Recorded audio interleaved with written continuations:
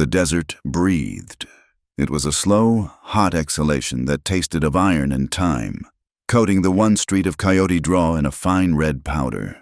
The year was 1878, and the town itself seemed to be in a perpetual state of holding its breath, waiting for rain, waiting for the railroad surveyors to finish their scratchings on the map, waiting for something to happen that was not the sun rising and setting with punishing regularity. At the center of town, like a heart, was the well. Its stone lip was worn smooth by countless hands and buckets, its water the only reason Coyote Draw existed at all. Next to the well stood the newest building, a modest timber structure with a neatly lettered sign, Mayfield Postal Provisions. Inside, Eliza Mayfield moved with a quiet efficiency that defied the afternoon stupor. Dust motes danced in the shafts of light slanting through the front window, illuminating jars of beans, bolts of calico, and the precise stacks of mail she was sorting. She was a woman built of straight lines and contained energy, from the severe knot of her dark hair to the determined set of her jaw. A widow's life had taught her that survival was a matter of order. You paid your debts, you swept your floor, and you never, ever showed the world the frayed edges of your nerve. Her younger sister, Nora, sat by the window, embroidering a dish towel with a string of lopsided bluebirds. At 16, Nora still possessed a softness Eliza felt she had lost, or perhaps never had. Nora sighed, a sound as theatrical as the heat was real. It feels like the whole world is asleep. Eliza did not look up from her work. The world is busy. Nora, just not here. She placed a letter into the correct cubbyhole. People are moving, building. That railroad is coming. Nora jabbed her needle into the cloth. Mr. Creed says the railroad will make us rich. Eliza's hands paused for a fraction of a second. Silas Creed said many things. Most of them benefited Silas Creed. She finished her sorting and began wiping the counter with a damp cloth, her movements methodical. Keeping this small space, this fragile life she had built from the ashes of her husband's ambitions, was her entire world. The deed was in his name. God rest his soul. But the sweat and worry were hers. That was ownership enough. The desert exhaled again, and with it, a rider appeared. He did not approach like the cavalry scouts from Fort Willow, full of noise and importance, nor like the prospectors, frantic with hope. He moved with the landscape, his buckskin shirt the color of the dry earth, his horse picking its way through the shimmering heat as if it were born from it. As he drew closer, the town's few occupants stirred. Mrs. Gable stopped sweeping her porch. Two cattle hands paused their game of checkers on a barrel outside the saloon. They saw not just a man, but an Apache. Dasan Greyhawk dismounted, his movements fluid and unhurried. He looped the reins of his paint horse around the hitching post in front of Eliza's shop, his gaze sweeping over the town not with aggression, but with a deep, dispassionate stillness.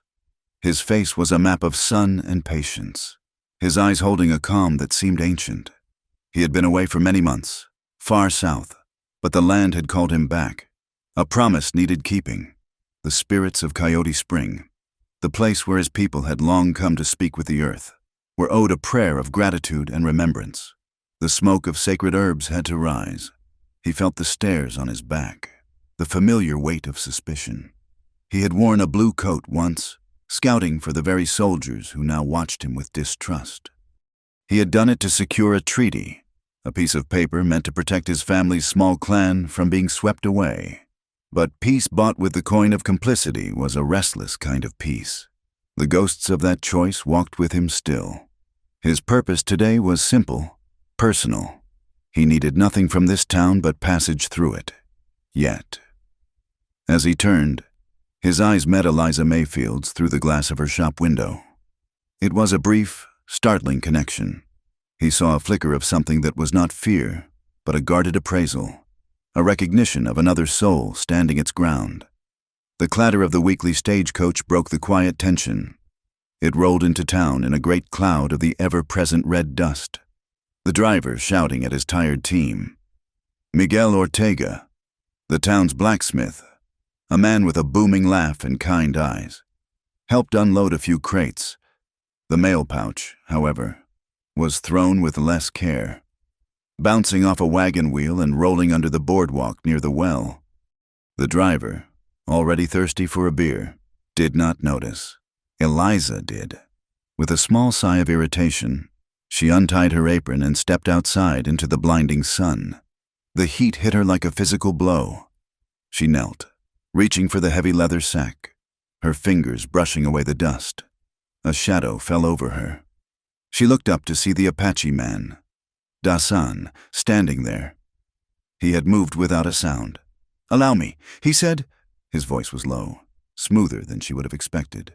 Before she could protest, he bent down, his motion as effortless as a hawk folding its wings, and retrieved the bag. He held it out to her. His hands were strong, the knuckles scarred, but his gesture was one of simple courtesy.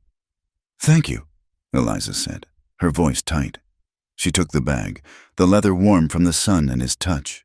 Her fingers brushed his, and an unexpected jolt, like static on a dry day, passed between them.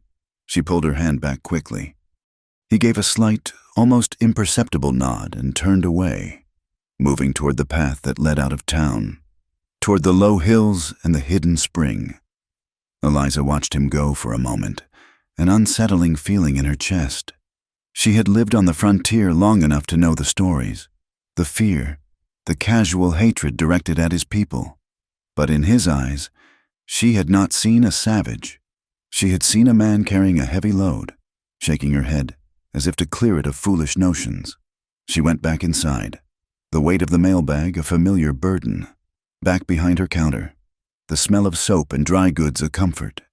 She began sorting the new mail, letters from back east, full of family news and complaints about the damp, a catalog of farm equipment, a notice for the land office, and then a thick envelope of expensive paper, sealed with an unfamiliar wax crest. It was addressed to Mr. Thomas Mayfield, her late husband. Her heart gave a painful thump. Mail for Thomas was never good news. It was always a bill unpaid, a promise unkept, a ghost from the life of risk and ruin he had led before a fever took him 2 years ago. Her hands trembled slightly as she slit the envelope with a small knife. The document inside was dense with legal language, but the words that leapt out at her were cold and clear outstanding debt. Collateral. Notice of foreclosure. It claimed Thomas had borrowed a significant sum against their property, the small house and the shop, and the debt was now due. The creditor was listed as the Arizona Territorial Development Corporation, a name she had never heard. The letter demanded full payment within 30 days, or the property would be seized. The air left her lungs. It was impossible. She had settled all of Thomas's known debts herself, paying them off penny by agonizing penny with the meager profits from the shop. There was no such loan. This had to be a mistake, a cruel, impossible mistake. She read it again, her vision blurring. The sum was staggering, more than the entire property was worth. Panic, cold and sharp, began to rise in her throat. This shop, this house, this life, it was all she had. It was all that stood between her and Nora and utter destitution. She had fought so hard to keep her dignity, to be beholden to no one. The thought of being thrown out, of being at the mercy of men like Silas Creed, who owned half the valley and seemed to want the other half, was terrifying. She felt the old fear creeping back in, the fear of being used, of being a woman alone in a world that saw her as easy prey. Meanwhile, Dasan walked the familiar path. The scrub and stone felt like a part of him. He passed the twisted junipers and the skeletal remains of a fallen saguaro, its mighty arms outstretched as if in surrender to the sun. He was not thinking of the town, or the woman with the steady eyes. He was preparing himself. He reached the hidden grove where a trickle of pure water emerged from a fissure in the red rock, feeding a pool so clear you could see the pebbles on the bottom. Coyote Spring. This was the lifeblood of the land. Before the town had its well, this spring had nourished everything for miles. For his people, its water was a sacred gift, a place for ceremony. He knelt, untying a small leather pouch from his belt. Inside were dried herbs and a small bundle of sage. This was his duty to his ancestors, to the brother he had lost in a skirmish that the Bluecoats called a victory. He had been a scout then, and his brother had been with the warriors. The memory was a fresh wound, a betrayal that echoed in the silence of this sacred place. His service was supposed to have bought safety, but it had only bought sorrow. He arranged the herbs on a flat stone, his mind clearing, focusing on the ritual, but a sense of disquiet settled over him. Something was wrong. The air felt different. He noticed faint tracks near the water's edge, not from deer or coyote, but from shod horses and heavy boots. And on the far side of the pool, almost hidden by a thicket of mesquite, he sawed a wooden stake driven into the ground, a surveyor's mark. A cold anger, slow and deep, began to uncoil within him. This land was not for marking. It was not for measuring and selling. It was for honoring. The white men, with their fences and their deeds, saw land as something to be owned. He saw it as something to belong to. The surveyor's stake was a violation, a quiet declaration of war against the spirit of this place. Back in Coyote Draw, the sun began its descent, painting the sky in violent shades of orange and purple. The red dust on the street seemed to glow, as if lit from within. Eliza Mayfield stood in her darkened shop. The letter clutched in her hand. The paper felt like a death warrant. Her carefully constructed world was threatening to shatter. She looked out the window at the well, the center of their small community, a symbol of shared life. Now, the letter in her hand felt like a wall being built around her, isolating her. She did not yet know that the name on the letterhead, the Arizona Territorial Development Corporation, was a shell, a legal fiction created by one man.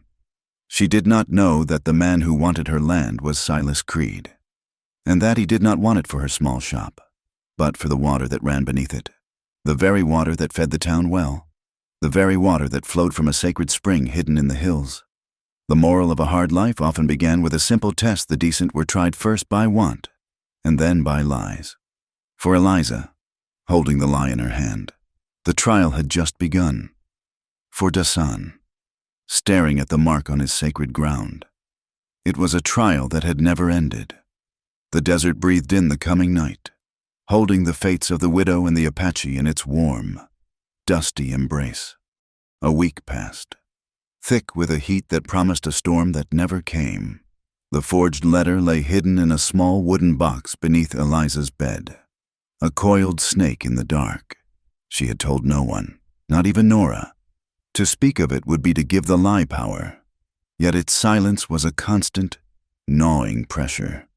She worked with a grim focus, her pleasantries with customers becoming clipped, her movements ever more precise, as if perfect order in her shop could somehow ward off the chaos threatening her life. The town decided to hold a small festival, a defiance of the oppressive heat and the slow drag of the season. It was not a grand affair, just an excuse to gather after sundown. Lanterns were strung from the branches of the great, ancient cottonwood tree that stood between the saloon and the blacksmith's forge. Miguel Ortega had tuned his fiddle, and its lively, hopeful notes cut through the evening air. The people of Coyote Draw, starved for any break in the monotony, came out onto the dusty street, their faces softened in the golden lamplight. Eliza and Nora brought out a small table with jars of penny candy and lemonade, a meager contribution, but an honest one. Nora, thrilled by the semblance of a party, chattered brightly, her earlier anxieties forgotten in the simple pleasure of the music and the crowd. Eliza watched from the shadows of her storefront, a ghost at the feast. She saw Silas Creed arrive, not on his usual imposing black stallion, but walking among the people, his expensive suit somehow immune to the dust. He smiled and shook hands, a benevolent king surveying his subjects. He was followed by Marshal Burke, a man whose presence was like a block of ice in the warm night. Burke's badge seemed to absorb the lantern light rather than reflect it, and his eyes missed nothing. Dasan was there too. He stood apart from the crowd, near the edge of the light's reach, his back against the wall of the land office.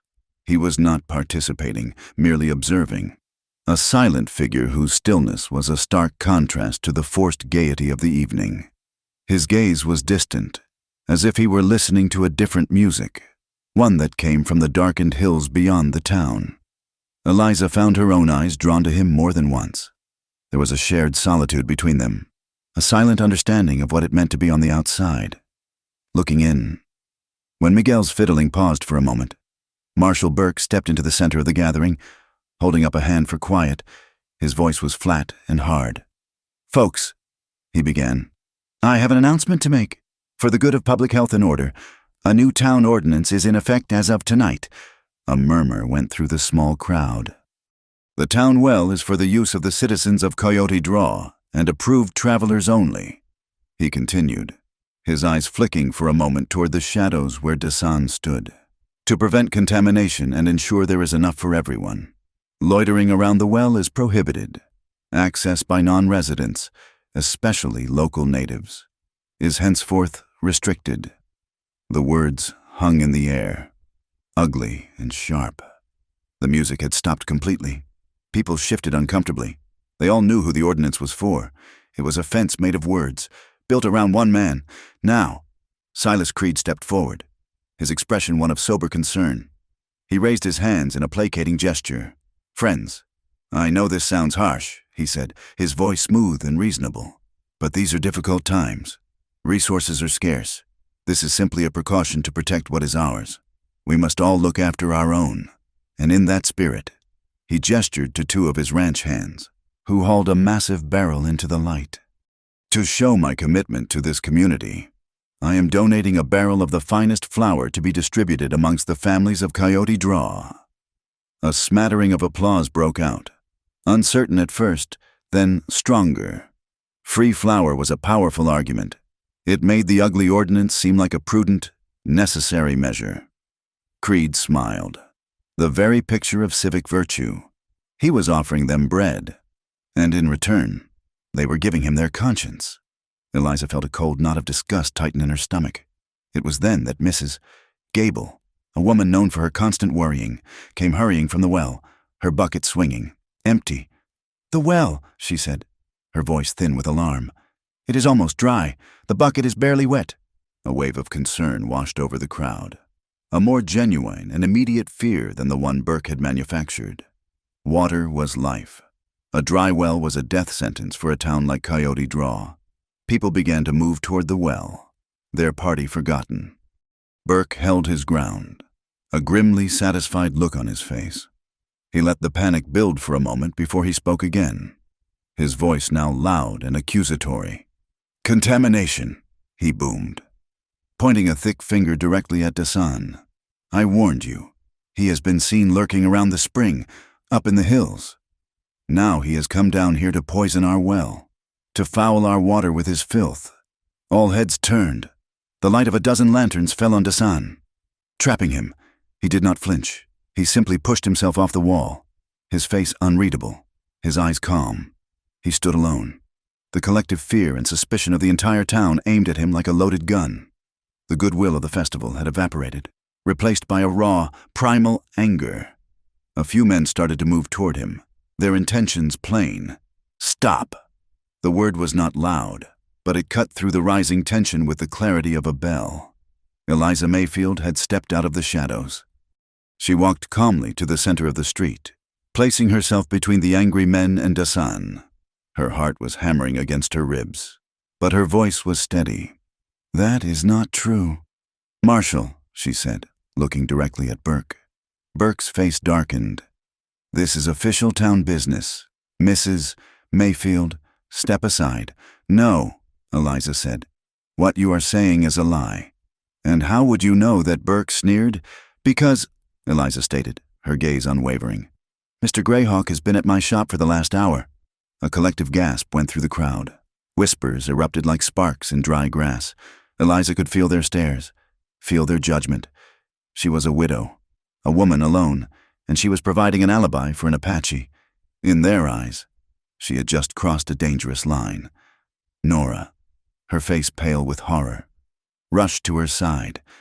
"Eliza, what are you doing?" she hissed, tugging at her sleeve. "Come back inside, please." Eliza gently removed her sister's hand. Go inside. Nora, it is all right. It is not all right, Nora whispered, her voice trembling. You do not know what you are doing. Burke took a step closer to Eliza, his bulk intimidating. Are you certain about that, Mrs. Mayfield? Lying to a lawman is a serious offense. You might want to think about your position here. My position is behind my counter, where I have been all evening, Eliza replied, her voice cold. Mr. Greyhawk came in to purchase some tobacco. We spoke for some time.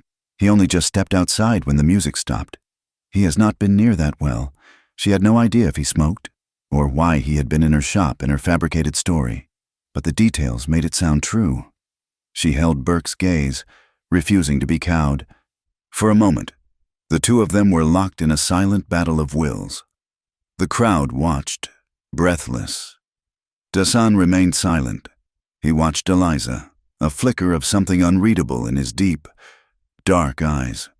He understood the risk she was taking. In this moment, she was more exposed than he was. For him to speak would be to pour oil on the fire Burke had lit. His silence was a shield, not for himself, but for her. The standoff was broken by Miguel Ortega. He had lowered the heavy wooden cover over the well and was wiping his hands on his leather apron. The water is low, he announced to the crowd, his voice carrying its usual authority. But it is not poisoned. It is just low. It happens in the dry season. A good rain will fix it. His practical words deflated some of the mob's energy. Miguel was a respected man. If he said the water was not fouled, people were inclined to believe him. Burke, seeing his advantage slipping away, scowled. This is not over, he muttered, then turned his glare back on Dasan. You are not welcome here. Get out of this town. Without a word, Dasan turned and walked to his horse. He swung himself into the saddle with an easy grace, gave one last, brief look at Eliza, a look that conveyed a depth of meaning she could not begin to fathom, and then rode out of the lantern light and into the vast darkness of the desert. The crowd began to disperse, talking in low, excited tones. The party was over. Silas Creed's flower was forgotten. The night was now defined by the widow's strange courage and the Apache's silent departure. Nora pulled Eliza back toward the shop, her face a mask of fear and anger. Why would you do that? Nora demanded once they were inside. The door shut against the prying eyes of the town. Why would you lie for him? For an Indian, he was not near the well. Nora, it was not right. But you do not know that you made it up. Now everyone will be talking about you, about us. Mr. Creed will be angry. Marshal Burke will make trouble for you. You have put everything at risk for a stranger. Eliza sank onto a stool, the adrenaline leaving her body, replaced by a bone-deep weariness. Maybe I have, she said softly. But sometimes, Nora, the riskiest thing you can do is nothing at all. Nora did not understand. She saw only the danger, the social ruin. For the first time, a true wall rose between the sisters, built of Nora's fear and Eliza's unyielding sense of justice. Later that night, long after the last lantern had been extinguished, Miguel Ortega walked quietly back to the well. The street was empty, the moon a silver sliver in the sky. He carried no light. He did not need one. He knelt beside the stone structure, listening. He had heard something earlier, a faint, rhythmic sound from beneath the ground, a sound that did not belong. He ran his hands along the packed earth at the base of the well, his blacksmith's fingers sensitive to any disturbance. And then he found it, a section of ground that was too soft, too recently disturbed. He began to dig carefully with his hands, scooping away the dirt. A few inches down, his fingers hit something hard and cold. It was metal. He cleared more earth, his heart beating a little faster. It was a pipe, a narrow iron pipe, cleverly buried, leading away from the well's foundation and snaking off into the darkness, in the direction of Silas Creed's vast cattle operation. They were not just fencing the water with words, they were stealing it, bleeding the town dry in secret. He now knew why the well was low, and he knew that the accusation against Dasan was more than just prejudice. It was a calculated distraction. A cloud of dust kicked up to hide a crime.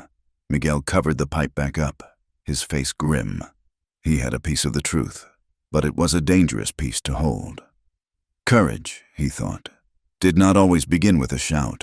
Sometimes it began with a whisper. And sometimes, as Eliza Mayfield had shown him tonight, it began with a single, clear, and unwavering voice in the dark. The town's gossip settled like the red dust, coating everything with a fine layer of speculation. Eliza felt the change in the small, daily transactions at her shop. Some customers were cooler, their questions about her health carrying a sharp edge of inquiry. Others offered a furtive sympathy in their eyes, a silent acknowledgement of the stand she had taken. Nora remained withdrawn, a polite but distant stranger in their small home, her disapproval a constant, unspoken presence. 2 nights after the festival, as Eliza was preparing to lock the front door, a shadow detached itself from the deeper shadows of the alleyway. It was Dasan. He did not speak at first, simply stood there, letting the quiet stretch. In the dim light from her lamp, his face was all angles and planes, his expression impossible to read. "You took a risk," he said finally. His voice was not a question, but a statement of fact. Eliza finished turning the key in the lock before she faced him. "The truth is not a risk. Mr. Greyhawk, it is a landmark. You lose sight of it. You get lost." He considered her words, his gaze steady. "The men who run this town use different maps. I am beginning to understand that," she said, a new bitterness in her voice. She thought of the letter hidden in its box. He saw the trouble in her eyes, a depth of worry that went beyond the incident at the well. "Why did you do it?" "Because he was pointing at you, and I knew he was lying." Dasan nodded slowly. He had come to offer thanks, but the word felt small and insufficient. Instead, he offered a piece of the truth. "There are men marking the land around Coyote Spring, the same men who work for Silas Creed. The low water in the town well is no accident of nature." Before Eliza could process this, another figure emerged from the darkness. It was Miguel Ortega, his large frame moving with surprising quiet. "He is right, Eliza," Miguel said, his voice a low rumble. "I found a pipe, buried. It leads from the well, east toward Creed's holdings. They are draining us. Burke's theater with the Apache was a sideshow to keep us from looking at the main stage. The pieces clicked into place with sickening clarity. The letter, the ordinance, the accusation, the dwindling water. It was all one story, one single, greedy ambition. Her personal crisis was not personal at all. It was just a small part of a much larger theft. "I have a letter," she confessed, the words tasting like ash. "It claims my husband owed a great debt. It says they will take my home." "Let me see it," Miguel said gently. Inside the quiet shop, under the steady glow of a single lamp, the 3 of them stood over the forged document. The signature at the bottom was an arrogant, looping scrawl. S. Creed. "We need proof," Miguel said, his finger tapping the paper. "Proof of the pipe. Proof that this signature connects to the men draining the well. Without it, we are just 3 voices against the loudest man in the territory." Dasan looked at the map of the surrounding land he carried in his head. The pipe would have to follow the path of least resistance. It would run through the draws and washes. Hidden from the main trails, it would run toward Red Knife Canyon. "I know a trail," he said quietly. "An old one. It follows the water's hidden path. It will take us to the canyon. If there is a pipeline, we will find where it surfaces." "It is dangerous country," Miguel warned. "All country is dangerous now," Dasan replied. A fragile alliance was forged in that moment, in the lamp-lit quiet of the small shop, bound by 3 separate injustices that were now understood to be one. They would leave before dawn. The next day broke clear and hot, the sun a merciless eye in a pale sky. They rode out of town separately, meeting at a prearranged cluster of sun-bleached boulders a mile east. Dasan led them away from the wagon roads and into the maze of the desert, a world of thorny ocotillo, towering saguaros, and shimmering heat. He moved with an innate understanding of the land, his senses alive to the faintest signs. Eliza, who had rarely ventured beyond the town's dusty perimeter, felt a growing sense of both fear and awe. This was his world, and in it, he was not the silent outcast from town, but a man of profound capability. Miguel, despite the grim nature of their task, tried to keep their spirits up. He pointed out a Gila monster sunning itself on a rock and joked that it had a face only a mother could love. And even then, only on a good day. His humor was a small fire in the vast, intimidating silence of the landscape. By midday, the sun was a hammer. The heat radiated up from the baked earth, and the air was thin and dry. Dasan led them to a small seep hidden at the base of a rock face, a place no one who did not know the land would ever find. The water was warm, but life-giving. As they rested, Dasan scanned their back trail. 2 riders, he said, his voice low and devoid of emotion. A long way back, but they are following. Burke's men, Miguel growled, his hand instinctively going to the pistol at his hip. They will not find us on this trail, Dasan said with quiet confidence. But we must keep moving. They pressed on, the knowledge of being pursued adding a new urgency to their journey. The landscape grew harsher, the red rock formations of the approaching canyon rising like ancient, weathered bones from the desert floor. The sky, which had been a relentless, empty blue, began to change. A yellowish haze appeared on the western horizon, growing and darkening with unnatural speed. Dasan stopped, holding up a hand. He sniffed the air. "Dust storm," he said. "A bad one. We must find shelter. Now." He urged them forward, his eyes scanning the rock walls that were beginning to close in around them. The wind began to pick up, whining through the canyons, kicking up small devils of sand. The sun was blotted out, and the world descended into a suffocating, ochre twilight. The wind became a physical force, tearing at their clothes and stinging their eyes with sand. Here Dasan shouted over the roar. He had found a deep crevice in the rock, a narrow opening that led back into a small, protected overhang. He quickly got them and their horses into the confined space as the full fury of the storm hit. The world outside the crevice disappeared into a swirling, screaming chaos of sand and wind. It was as if the desert were trying to scour itself clean. Inside their small shelter, it was dark and claustrophobic. The horses stamped nervously. Miguel lit a small, shielded lantern, its weak light pushing back the oppressive darkness. "Well," he said, his voice unnaturally loud in the small space, "if we wanted to cover our tracks, I suppose this is one way to do it." Eliza huddled against the rock wall, her bandana pulled up over her nose and mouth. She was terrified, but also strangely calm. She watched Dasan, who stood near the entrance, a silhouette against the maelstrom, his posture relaxed, as if he were merely waiting out a summer shower. He was a part of this wildness, not an enemy of it. The storm raged for what felt like an eternity. When at last the wind began to subside, a strange, eerie silence fell. The air was thick and heavy with dust. When they emerged, the world was transformed. Everything was coated in a soft, fine layer of red sand. The landscape had been reshaped, its sharp edges softened. As they prepared to move on, they heard a faint cry, a human sound, nearly lost in the vast silence. Dasan's head came up, and he moved instantly toward the sound. Eliza and Miguel followed. Just around a bend in the canyon, they found the source. A canvas-covered supply wagon lay on its side, one wheel splintered, its contents scattered.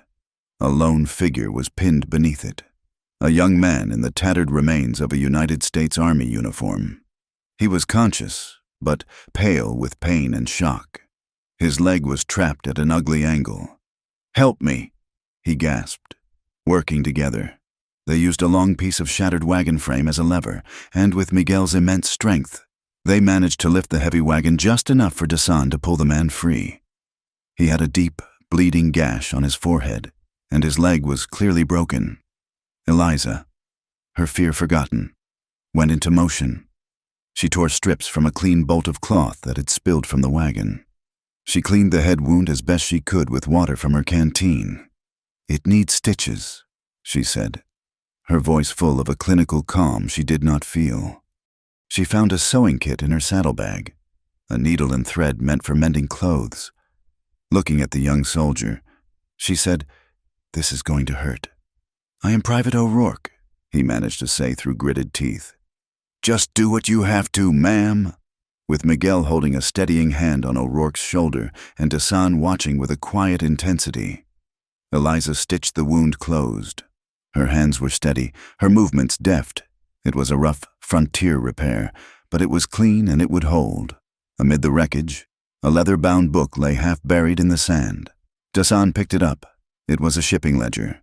He handed it to Eliza. She opened it, her fingers tracing the columns of neatly written entries, barrels of blasting powder, crates of iron fittings, sacks of provisions. At the bottom of each page was an authorizing signature, a familiar, arrogant, looping scrawl. "It is him," she whispered, her blood running cold. "It is Silas Creed's signature, the same as on my letter." A glint of metal caught Miguel's eye. He reached down and pulled a long, newly forged section of pipe from beneath a pile of scattered canvas. It was identical to the piece he had uncovered by the well. "This is it," he said, his voice grim. "This is our proof." Just then, Dasan stiffened. "Listen," he commanded. In the distance, they heard the sound of approaching horses, moving quickly. The two riders from their back trail. The storm had not stopped them for long. "We have to go," Dasan said urgently. He looked at the injured soldier. "Can you ride O'Rourke?" His face tight with pain. Nodded. "I can." They got him onto Miguel's sturdy horse, and then they were moving, not back the way they came, but deeper into the winding maze of Red Knife Canyon. They pushed their horses hard, the sounds of pursuit growing closer. They rounded a sharp bend, and Dasan pointed to a narrow, almost invisible game trail that led steeply up the side of the canyon wall. They scrambled up it, the horses struggling for footing on the loose rock. From a concealed ledge, they watched as Burke's two men rode past in the canyon below, following the main wash, oblivious to their escape. They waited in silence until the riders were long gone. The danger had passed. For now.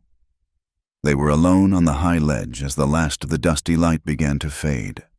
Private O'Rourke slumped over in the saddle, looked at the three disparate figures who had saved his life. He looked at the gentle giant of a blacksmith, the fierce, capable Apache scout, and the quiet, determined woman who had stitched his head without flinching. He had been hauling freight for a monster, a man who bought lawmen and stole water, all for a ghost railroad that was not on any official map. "This route," he said, his voice raspy. "This supply line. It is not for any army fort." He took a ragged breath. "It is for Creed's new railroad spur, unsanctioned. He is building it himself, to his mines. That is why he needs the water, not for cattle, for the steam pumps. He needs to own Coyote Spring. He needs to own it all." The confession hung in the twilight air, a truth more stark and dangerous than the canyon's jagged cliffs. Their small fight for a home and a well had just become a war for the future of the entire territory. And in the middle of it all was a shipping ledger, a small book whose neatly written lies held the power to burn a man's empire to the ground. Trust, Eliza realized, was not something you gave. It was something you built, stitch by painful stitch, in the heart of a storm. The journey to Fort Willow was a silent one, made under the cold, in different light of 1,000 stars. They traveled through the night, the wounded Private O'Rourke a heavy, groaning weight on Miguel's horse. The desert they had crossed by day, a landscape of brutal, sun-blasted simplicity, became a place of deep shadows and unseen things by night. Dasan led them with a certainty that was as profound as the darkness itself, reading the contours of the land like a familiar story. Eliza rode beside him, the shipping ledger wrapped in oilcloth and tucked securely in her saddlebag. The paper felt heavier than lead, a tangible piece of Creed's corruption. Fort Willow was not so much a fort as a memory of one. Its adobe walls were crumbling, and the parade ground was overgrown with sagebrush and snakeweed. The place felt hollowed out, haunted by the ghosts of misguided orders and the lonely lives of the soldiers who had been stationed there. Yet one building still showed signs of life. A thin curl of smoke rose from the chimney of the old infirmary, and a single lamp cast a rectangle of warm, welcoming light into the pre-dawn gloom. Sister Agnes met them at the door. She was a small, wiry woman with a face as weathered as the fort's walls and eyes that were startlingly clear and missed nothing. She held a shotgun with the easy familiarity of a woman who had long ago made her peace with the necessities of frontier life. "Lord have mercy," she said, her voice dry as dust, taking in the sight of the exhausted trio and their wounded companion. "You look like something the cat dragged in, and the cat died of the effort. Get him inside." There was no sentimentality in her, only a brusque, bottomless competence. She took one look at O'Rourke's leg, tutted at the angle of it, and immediately set about making a splint. She cleaned and redressed the gash on his head that Eliza had stitched, giving a grunt of what might have been approval at the handiwork. While she worked, Miguel explained their situation in a low voice, his usual booming humor replaced by a sober urgency. He spoke of the pipe, the false accusation, and the ledger. Eliza produced the forged letter, laying it on the rough-hewn table next to the shipping book. Sister Agnes listened without interruption, her focus on setting O'Rourke's leg. When Miguel was finished, she tied the last knot on the splint and looked at them, her sharp eyes moving from face to face. "Silas Creed is a snake who thinks the world is his personal chicken coop," she stated flatly, "and Marshall Burke is the weasel that guards the door for him. This is not news, but proof. Proof is a different animal, harder to catch. We believe the proof is here," Eliza said, "in the fort's records, a map, a treaty, anything that shows who has the rightful claim to the water at Coyote Spring." The old sister sighed, wiping her hands on her apron. "The army took everything of value when they decamped. What is left is a mountain of forgotten paper in the old quartermaster's office, a rat's nest of requisitions, duty rosters, and complaints about the quality of the hardtack. Finding a 10-year-old treaty in there would be a miracle." "Then we will pray for a miracle," Miguel said with a faint smile. "And you, sister, seem like the person to ask." A rare, brief smile touched the old woman's lips. "The Lord helps those who help themselves. Mr. Ortega, the archives are in the back. Try not to get eaten by the dust bunnies. They are the size of small dogs." The archive room was just as she had described. It smelled of decay, of mice, and of the slow, inexorable turning of paper back into dust. Crates and barrels were filled with ledgers and rolled documents, a chaotic library of a forgotten occupation. They lit several lanterns, the light creating dancing shadows that made the room feel vast and alive with ghosts. They began the painstaking work, unrolling brittle maps and flipping through the brittle pages of logbooks. The ink was faded, the handwriting often an indecipherable scrawl. It felt like a hopeless task. Miguel, ever practical, started sorting the documents by year, creating precarious stacks that threatened to topple over. Eliza focused on land surveys and territorial proclamations, her eyes straining in the dim light. Dassan did not join the search through the papers. He seemed to be drawn to a different kind of history. He moved to the far corner of the room, where a collection of items confiscated from local tribes years ago lay in a dusty pile, a sad jumble of cultural debris. They were pottery shards, a cradle board with faded beadwork, and a stack of buckskin shields, and beneath them, lying on its side, was a ceremonial drum. He knelt, his hand reaching out, then hesitating. He remembered this drum. He remembered the sound of its voice, a deep, resonant heartbeat that spoke of the rain, the hunt, and the spirits of the land. He remembered the hands that had played it, his brother's hands. He lifted the drum, its rawhide surface cool and smooth beneath his fingers. The painted symbols were faded but still visible, a jagged line for lightning, a spiral for the journey of life. The memory rose in him, sharp and unwelcome. He was a boy again, watching his older brother, strong and proud, his face painted for the ceremony. The drum was the center of their world. Then the bluecoats came. There was a treaty, a promise of peace in exchange for land and a cessation of the old ways.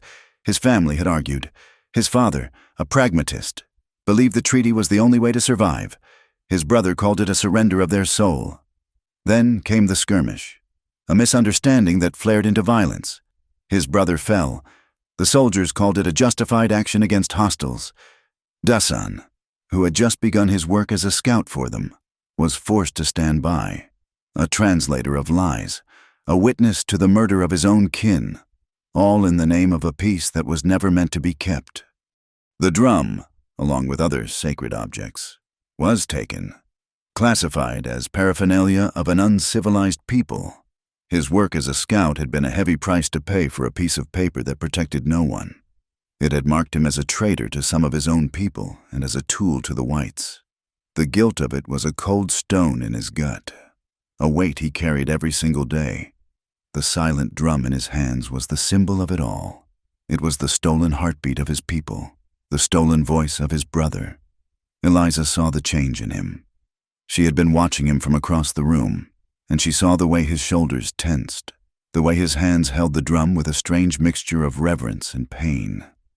She left the dusty maps and walked over to him, moving quietly.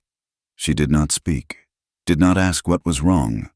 She simply stood beside him, her presence a silent offering of companionship. He did not look at her, his gaze fixed on the painted symbols. "My brother played this drum," he said, his voice so low she could barely hear it. "Before the soldiers came. Before I—" He trailed off, the words caught in his throat. She could feel the waves of grief and regret coming off him. She knew what it was to be haunted by the past, by choices made and unmade. She thought of her own husband, of the foolish risks he had taken, of the lonely life he had left her to navigate. "You did what you thought you had to do to protect your family," she said softly. "There is no shame in that." He finally looked at her, his eyes filled with a deep, ancient sorrow. "The soldiers promised peace, but their peace was just a quieter kind of war. And I helped them speak the language of it. You survived," Eliza said. "Your people survived. Sometimes that is the only victory there is." He looked down at the silent drum, then back at her. In her eyes, he saw no judgment, no pity. He saw only a quiet, steady strength that seemed to match a strength he was not sure he still possessed himself. For a moment, the heavy stone of his guilt felt a little lighter. "I found it." The triumphant shout from Sister Agnes shattered the quiet moment. "We found it." They hurried over to the table where the old nun had unrolled a large, yellowed map. Miguel was holding a lantern over it, his face split by a wide grin. "A territorial survey," Sister Agnes announced, her finger tracing a faint line.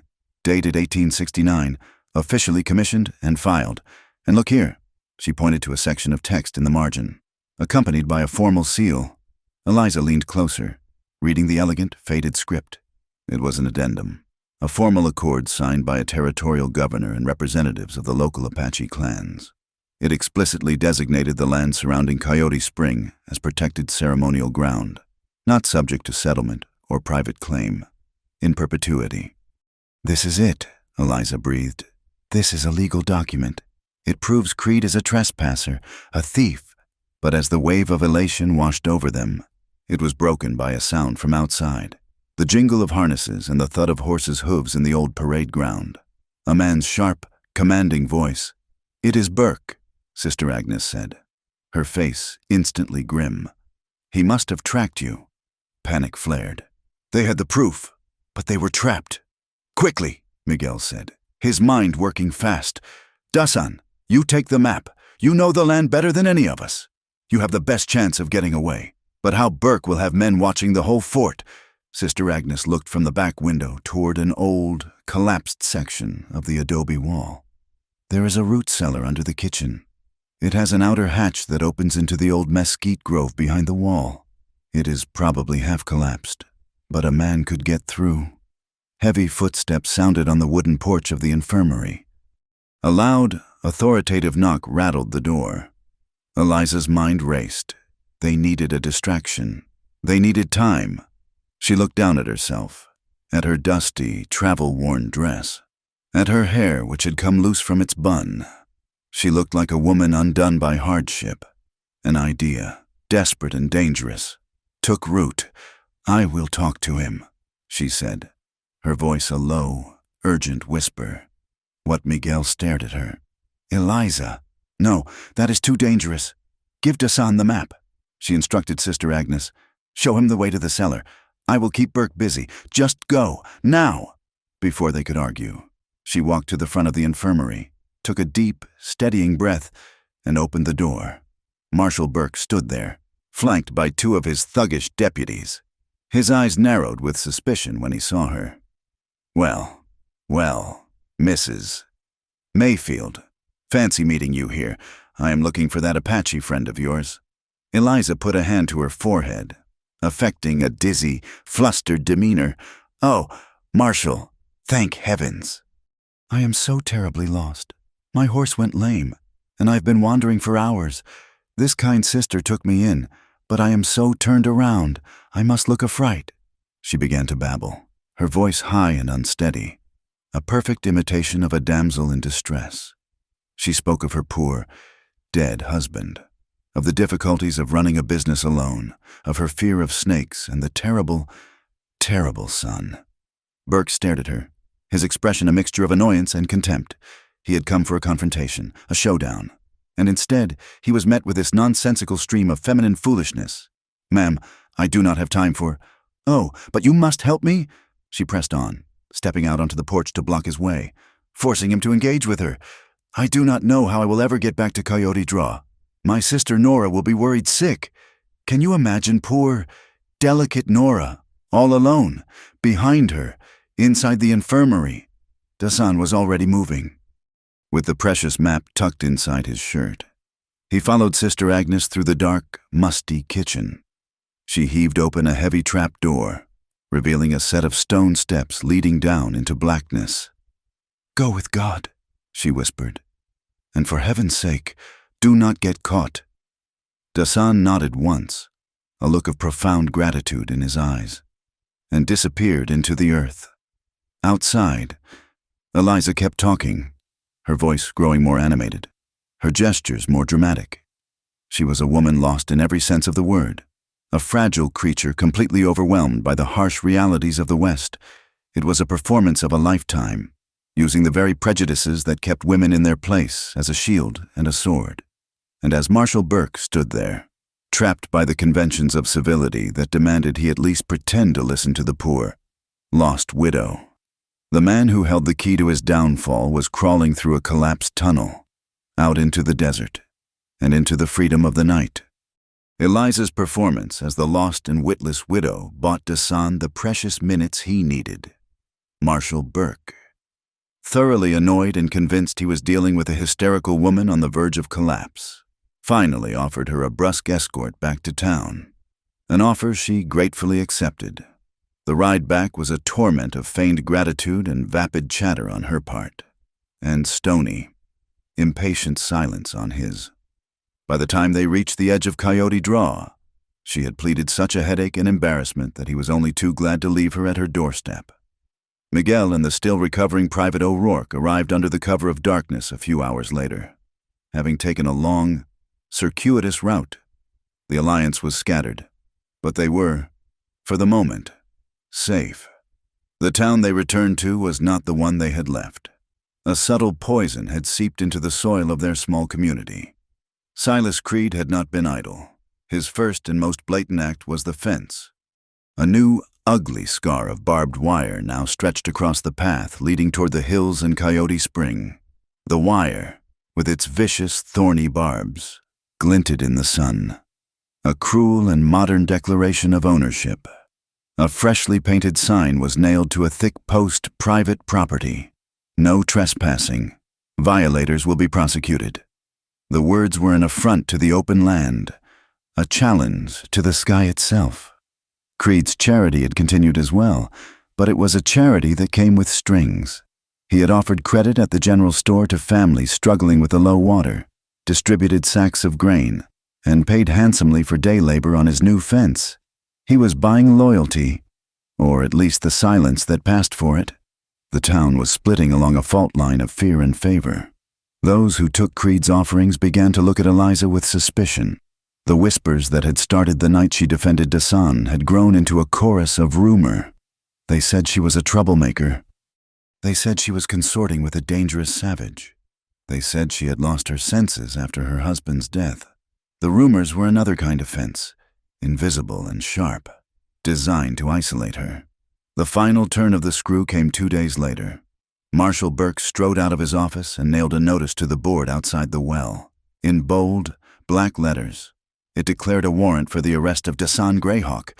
The charge was destruction of property, citing damages to the historic Fort Willow. It was a lie, crafted from whole cloth, but it had the weight and authority of the law. Dasan was no longer just an outcast. He was now officially a wanted man, a fugitive. The news hit Eliza's small household like a physical blow. Nora, who had been living in a state of quiet, simmering terror, finally broke. "This is your fault." She accused Eliza, her voice thin and sharp with panic. She held up a copy of the wanted poster she had torn from a post. "I told you not to get involved. I told you to leave it alone. Now they will hunt him down. And what happens when they find out we helped him? They will come for us next." Eliza faced her sister, her own heart heavy, but her resolve like iron. "What Silas Creed is doing is wrong. Nora, he is stealing our water and trying to steal my home. We have proof. What good is proof if we are in jail? Or worse." Nora cried, her hands twisting in her apron. "You are so busy being righteous. You cannot see the danger we are in. Everyone is talking. They are looking at us. Mr. Creed is a powerful man. He will crush us. He is just a man. Nora, no, he is more than that. He is the town. Eliza, he is the law. And you are fighting him with nothing." The chasm between them had become too wide to cross. Nora saw only the immediate threat, the terrifying power of their enemies. Eliza saw the larger injustice, the line that had to be held, no matter the cost. That evening, Nora did not come home for supper. She returned late, her face pale but set with a strange, new resolve. She stood in the doorway of the small living area, refusing to come further into the room. "I have taken a position," she announced, her voice flat. "What are you talking about?" Eliza asked, looking up from the account book she'd been trying to balance. Marshal Burke needed a temporary clerk to help with paperwork. "I accepted the job. I start tomorrow." Eliza stared at her sister, a cold dread creeping into her veins. "You are going to work for him, for the man who is trying to destroy us. I am going to protect us," Nora shot back, a flicker of defiance in her eyes. "You will not listen to reason. Eliza, you are reckless. You are going to get yourself hurt. If I am in that office, I can hear what they are planning. I can watch them. I can be your eyes and ears. I am doing this to keep you safe, even if you are too stubborn to see it." Kindness without courage is a dangerous thing, Eliza thought, the words coming to her with a painful clarity. It becomes a tool for the very people it should be opposing. Nora's fear had twisted her love into an act of betrayal.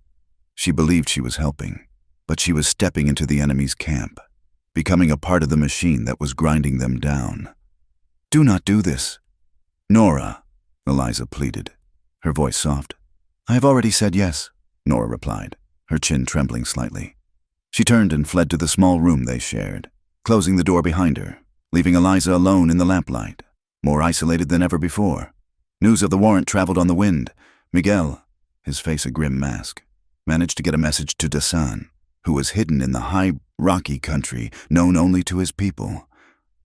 They met in a moonless ravine, the air cold and still. "It is a trap," Dasan said immediately when Miguel told him the news. "Burke wants me to react. He wants me to ride into town with a gun in my hand. He wants to turn this into a fight he knows how to win. He wants my death to be a legal act." "So what will you do?" Miguel asked. Dasan looked up at the sliver of stars visible between the canyon walls. "I will do nothing. Violence is his language.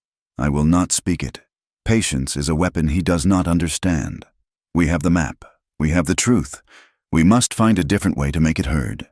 He chose to remain a ghost, a rumor in the hills, refusing to be drawn into the kind of fight that would only end in his own destruction and validate every lie Burke and Creed had told about him. His courage was not in the drawn gun, but in the patient, disciplined waiting. Back in Coyote Draw, Private O'Rourke was slowly healing in a back room of Miguel's smithy. The heat from the forge soothed the ache in his bones, and Miguel's quiet, steady presence was a comfort. O'Rourke was a young man, not a hero, but he had a conscience, and it had been savaged by his work for Creed. He had seen firsthand the casual cruelty, the utter disregard for law and for human life. He listened to the whispers Miguel brought back from the town. He knew of the warrant for Dasan, and he knew of the rift between the Mayfield sisters. He felt a deep, burning shame, and a debt he knew he had to repay. One evening, he called Eliza to the smithy. She came, her face etched with worry, expecting bad news. O'Rourke was sitting up, his splinted leg propped on a stool. He held out a folded piece of paper. "I should have given this to you before, ma'am," he said, his voice low. "I kept it as insurance, but you need it more than I do." Eliza took the paper. It was not like the ledger entries. This was a formal document, a United States Army Quartermaster Corps supply requisition. It was an order for a massive quantity of blasting powder and rail ties, items that had absolutely no military purpose. But what made Eliza's breath catch in her throat was the bottom of the page. It bore the signature of Silas Creed, authorizing the order, and next to it, pressed into the paper, was the official, embossed seal of the United States Army. Creed did not just have friends in the territorial government. O'Rourke explained. He has a man, a major back at Fort Yuma, on his payroll. He is using official Army channels to get the supplies for his illegal railroad. He is not just cheating a few ranchers, he is defrauding the federal government. Eliza stared at the document. The map Dasan carried was proof of a historical claim, a moral and legal right. But it was a right that could get bogged down in territorial courts for years, a fight they might not have the resources to win. This document was different. This was hard. Irrefutable evidence of a federal crime. This was not a weapon for a local skirmish. This was a cannon, capable of bringing the full weight of the United States government down on Silas Creed's head. The barbed wire fence was a declaration of Creed's power. The wanted poster was the voice of his corrupt law. The town's fear was his victory. But the small piece of paper in Eliza's hand was a key. It was a truth that could unlock a bigger justice than any of them had dared to hope for. Courage, she was learning, was not the absence of fear. It was the act of taking the next necessary step, even when you were terrified. And she had just been handed the map for it. The sky began to die in the middle of the afternoon. It started not with clouds, but with a strange, sickly yellowing of the light, as if a dirty piece of glass had been slid between the world and the sun. The air grew still and heavy, charged with a silence that was more menacing than any noise. The birds stopped singing. The insects went quiet. Even the relentless wind of the desert held its breath. The people of Coyote Draw looked up from their work, their face tight with an old, familiar dread. Eliza felt it first as a pressure in her ears. She stood on the porch of her shop, watching the horizon disappear behind a low, rolling wall of brown that was devouring the sky. A dust storm. Not the playful dust devils that danced across the plains, but a true plains duster. A suffocating, blinding monster of wind and earth. She began to work with a frantic, focused energy, pulling the heavy wooden shutters across the windows, securing the latch on the door. The first gust of wind hit the town like a fist, shrieking down the single street, tearing a loose shingle from the roof of the saloon and sending it spinning into the roiling gloom. One of the shutters on the side of the house, its hinge weakened by the dry rot of a dozen summers, refused to close properly. The wind caught it, slamming it back against the wall with a crack of splitting wood. Eliza wrestled with it, her hair whipping across her face, the stinging grit already in her eyes and mouth. The wind was a solid thing, pushing her, fighting her. The shutter was about to be torn from the wall entirely when a hand, brown and steady, appeared beside hers, covering her own and easily pushing the heavy wood into place. Eliza gasped and looked up. It was Dasan. He had appeared from the swirling dust as if he were made of it, his face grim, his eyes narrowed against the gale. He was a wanted man, with a price on his head, yet he was here, on her porch, in the open. He held the shutter firm while Eliza, her hands trembling slightly, slid the iron bolt home. They did not speak. There was no need for words, and no breath to spare for them. He moved to the other windows, testing the shutters she had already closed, adding his strength to secure them. He pointed to a loose section of the tin roof on her small porch, which was beginning to lift and buckle in the wind. Before she could protest, he scaled the post, moving with a fluid, startling grace, and began hammering the tin back down with a heavy rock he found on the ground. Just as he finished, a wagon clattered into town. The horse panicked, the driver fighting for control. It was Sister Agnes, caught on the road back from a supply run to a neighboring settlement.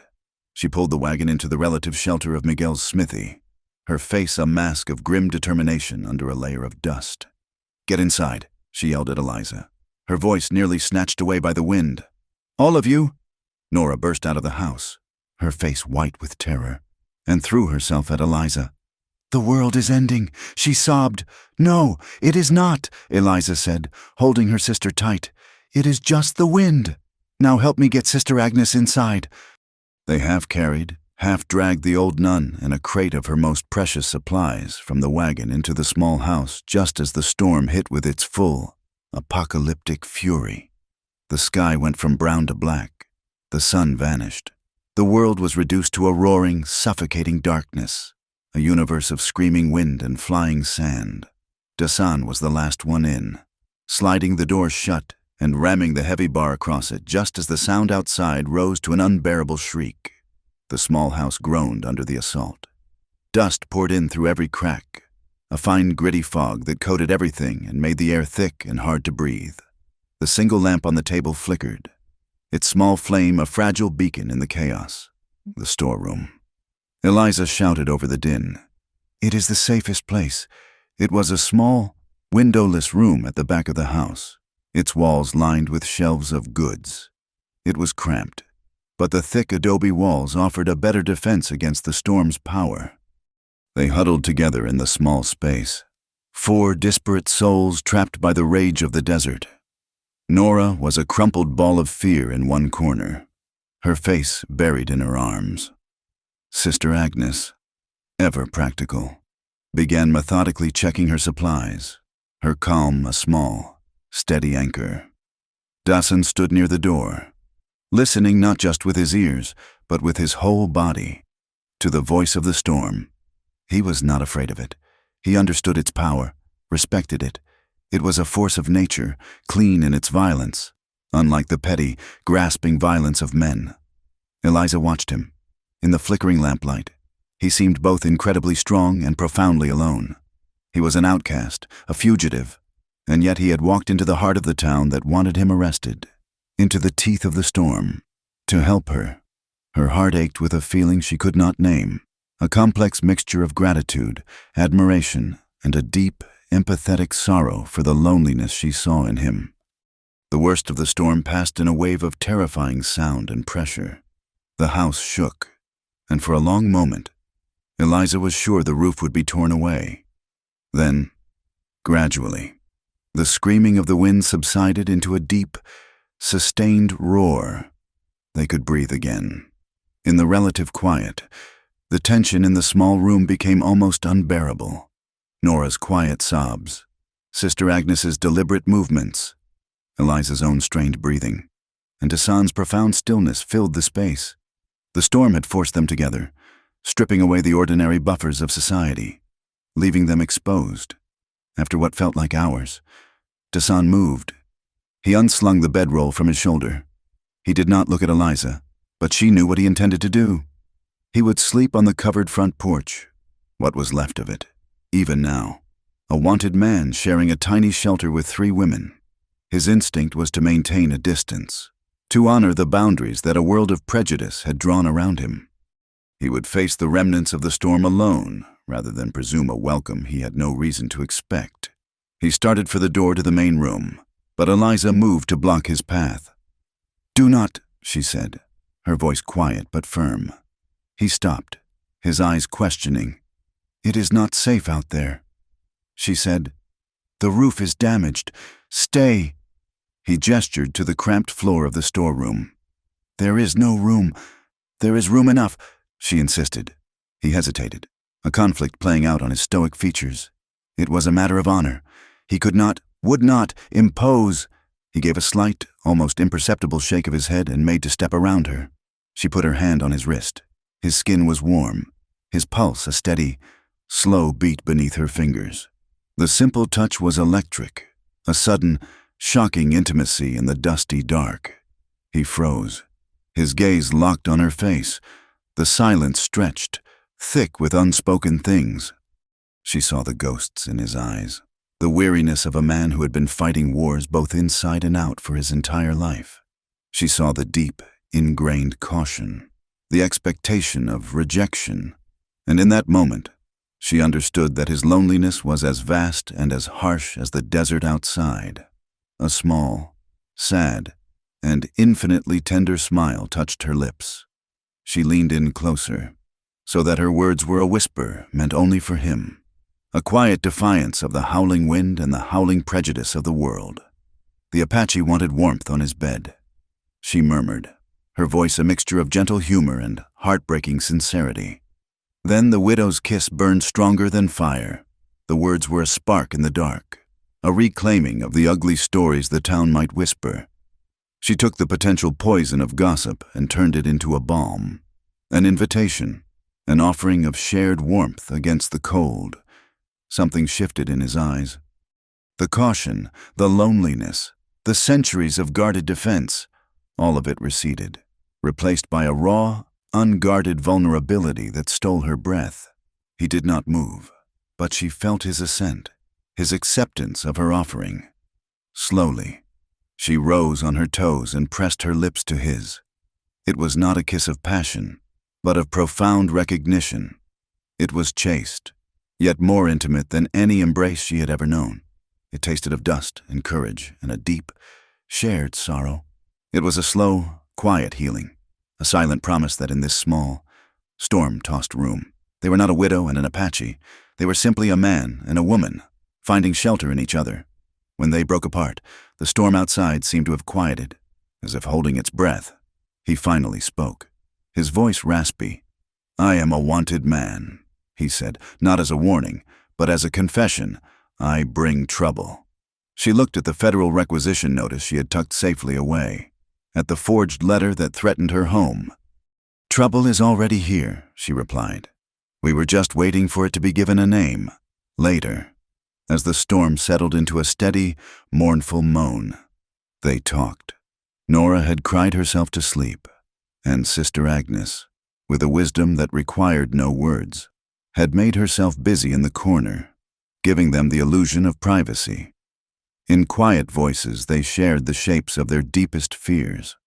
Eliza spoke of her terror of being cast out, of losing the small measure of independence she had fought so hard to win.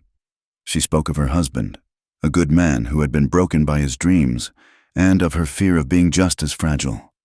Dasan, in turn, spoke of the drum he had found at Fort Willow. He spoke of his brother, and of the treaty bought with a scout's service that had felt like a betrayal. "My fear," he said, his gaze fixed on the flickering lamp, "is that I will fail them again, that this map I carry will become just another useless piece of paper, that I will fight for the water, only to see it turned into steam for a white man's engine, and my people will have nothing but the dust." Listening to him, Eliza's own fears began to feel smaller, or rather, part of something larger. Her fight for her home and his fight for his sacred land were the same fight. It was a fight for a place to belong, for the right to exist, for dignity in a world that sought to strip it away. "It is not just your fight anymore," she said, her voice filled with a new, unshakable conviction. "And it is not just my house we are fighting for.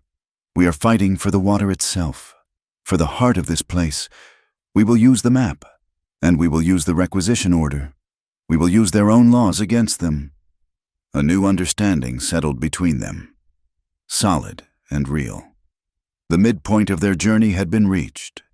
They were no longer just defending themselves, reacting to the moves of their enemies. In the heart of the storm, they had forged a new purpose. They would attack. The love that had been kindled between them was not a reward to be claimed after the battle was won. It was the warmth they would need to survive the coming fight. The single lamp on the shelf continued to burn, small and steady, a defiant star against the long, dark night. The dust storm left a world remade, hushed and coated in a soft red velvet. In its wake, a new and dangerous quiet settled over Coyote Draw. But for the small group of conspirators, the storm's passage had cleared the air, leaving behind a hard, crystalline purpose. They met in the ringing heat of Miguel's smithy, the air thick with the smell of coal smoke and hot iron. A fitting place to forge a plan. The county market at San Vicente, 2 days' ride away, was their chosen battleground.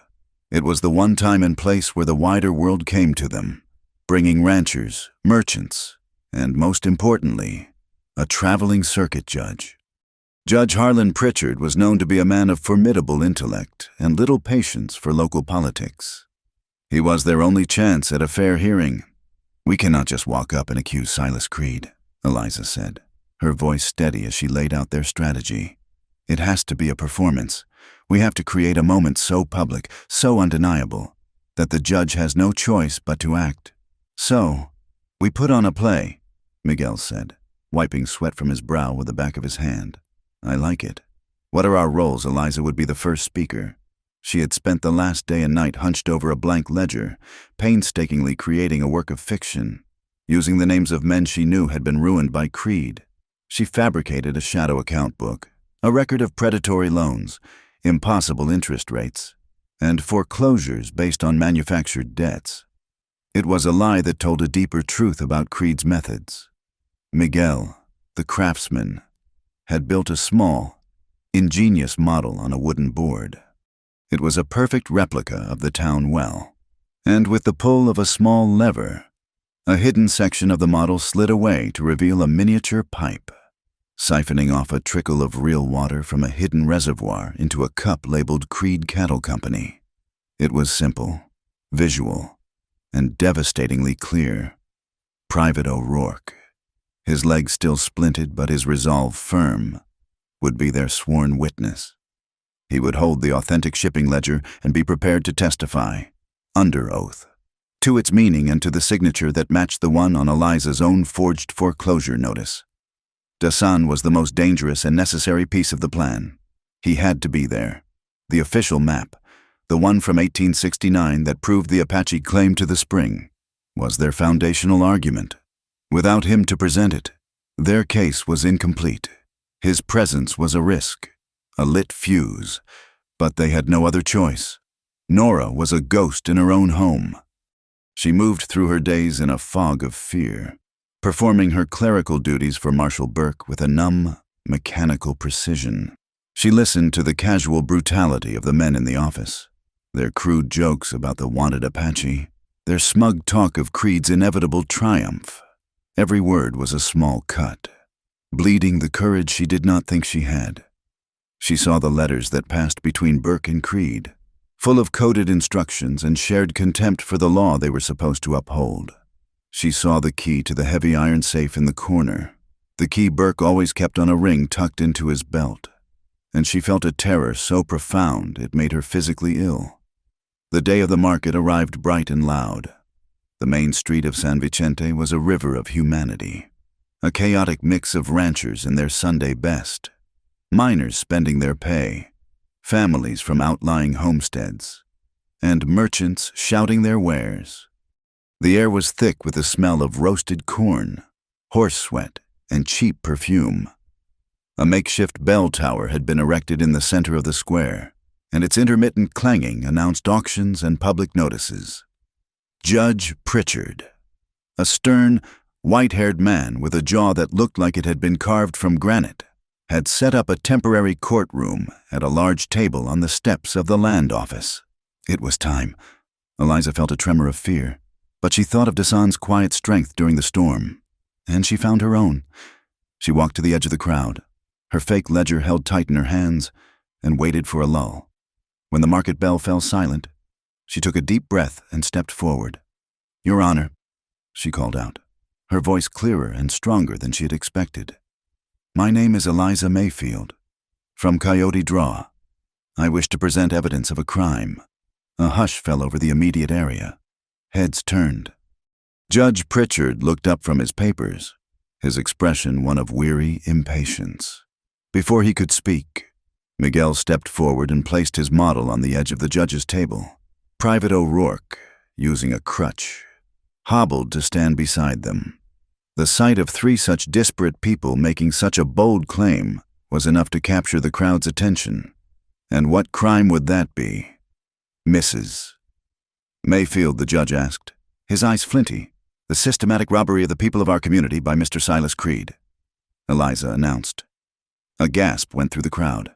Silas Creed, who was holding court with a group of investors near the saloon, turned his head, a look of cold fury replacing his confident smile.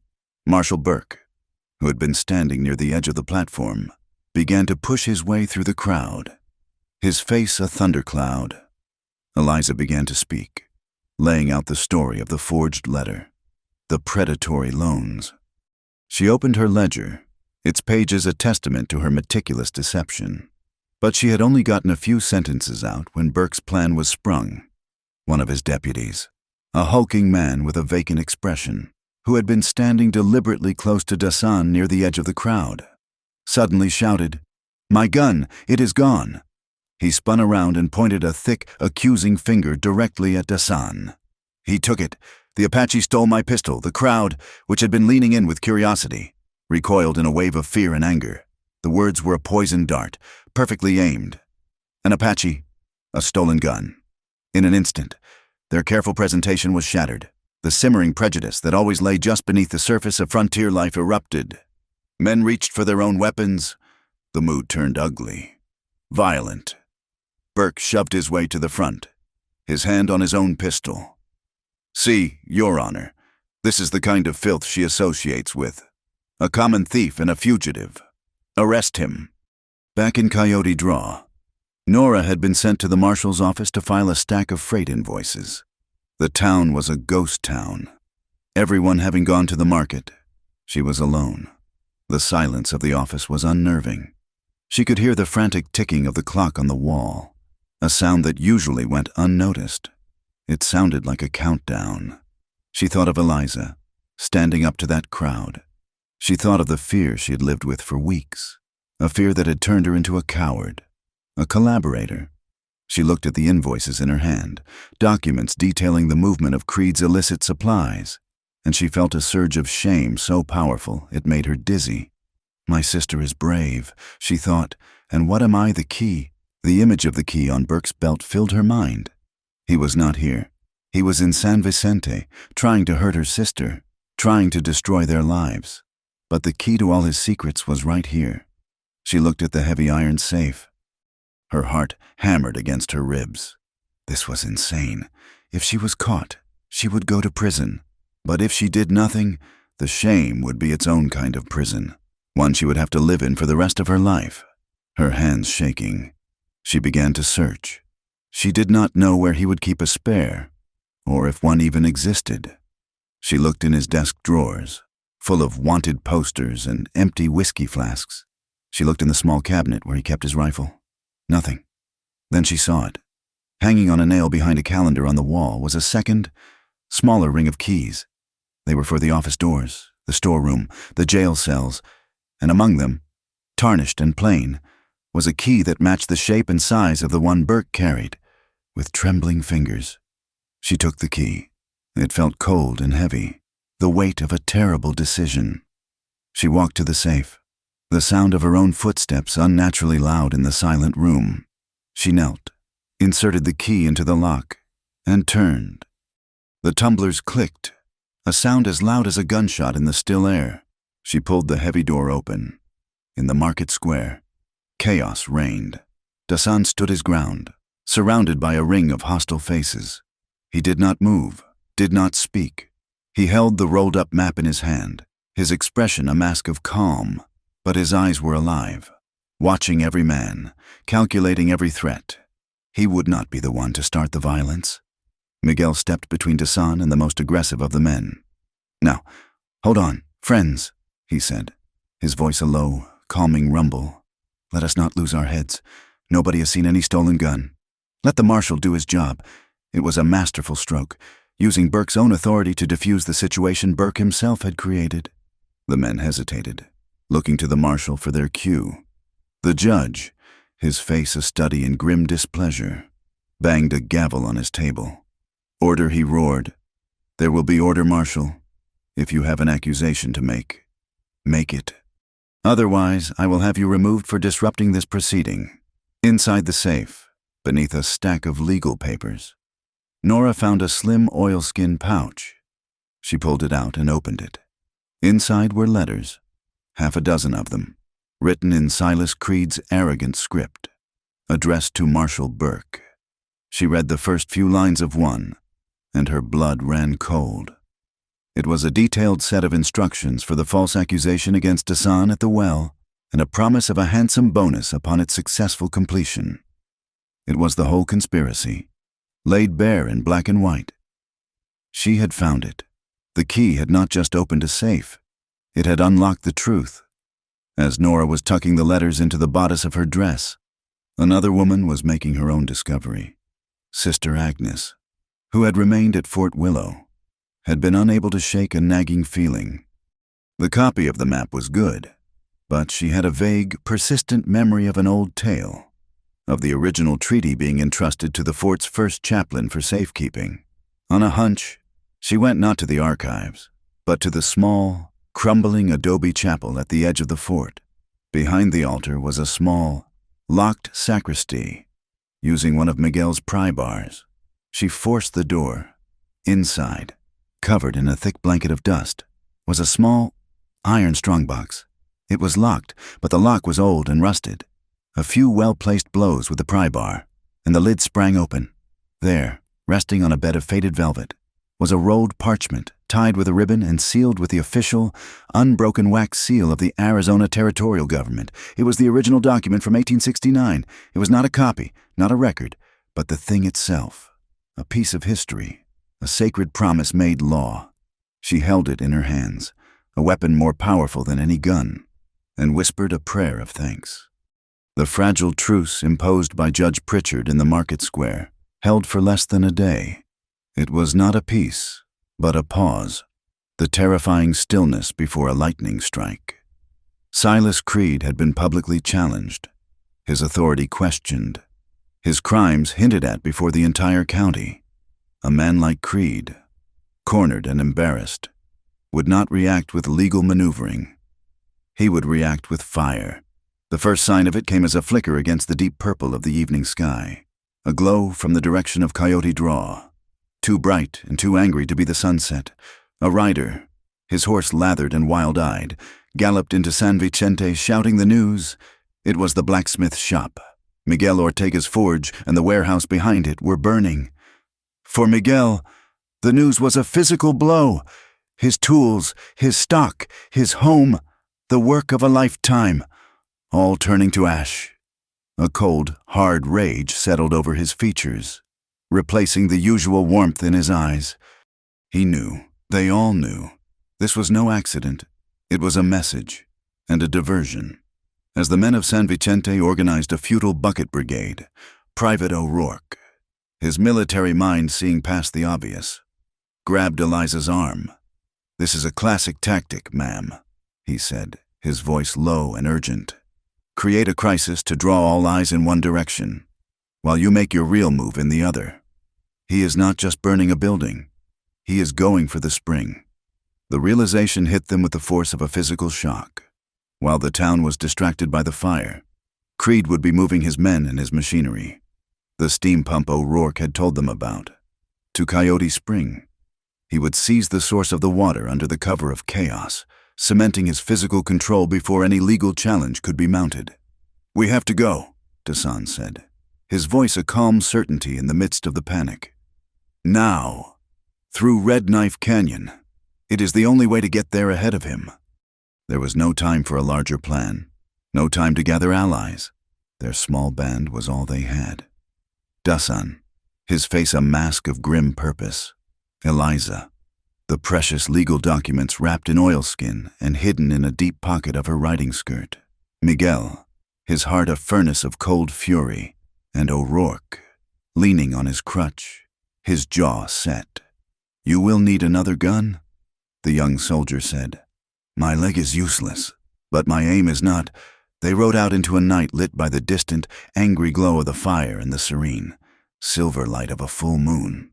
The trail into Red Knife Canyon was a treacherous ribbon of shadow and stone, but Dasan navigated it with an unerring instinct, his horse moving with a silent, sure-footed confidence. The air grew colder as they climbed, the silence broken only by the puffing of the horses and the creak of saddle leather. They arrived at the high ridge overlooking the spring to a scene of desecration. The sacred, quiet grove was bathed in the harsh, alien glow of a dozen lanterns. The air, which should have smelled of damp earth and creosote, was thick with the stink of coal smoke and hot oil. In the center of the grove, a monstrous black machine, a steam pump, sat like a metal spider on the edge of the sacred pool. Its rhythmic, chugging heartbeat was a profane intrusion, a violation of the ancient silence. A team of Creed's men were working frantically, wrestling a wide iron pipe into place, preparing to bleed the spring dry. Silas Creed himself stood on the natural stone bridge that arched over the narrowest part of the ravine, where the spring's water began its journey down the mountain. He was a dark, broad-shouldered silhouette against the moonlit water, directing his men, a king in his stolen castle. They left the horses and moved down the rocky slope on foot, using the boulders and twisted junipers for cover. Marshal Burke was there, a rifle held loosely in his hands, his presence lending a veneer of legality to the crime. "There are 6 of them," O'Rourke whispered, assessing the situation with a soldier's eye. "Creed and Burke and 4 ranch hands. We have surprise on our side." The plan was brutally simple. They had to stop the machine. They had to capture Creed. The ensuing fight was a blur of chaotic, desperate action. O'Rourke, finding a stable position between 2 boulders, fired the first shot. He did not aim to kill, but to disable.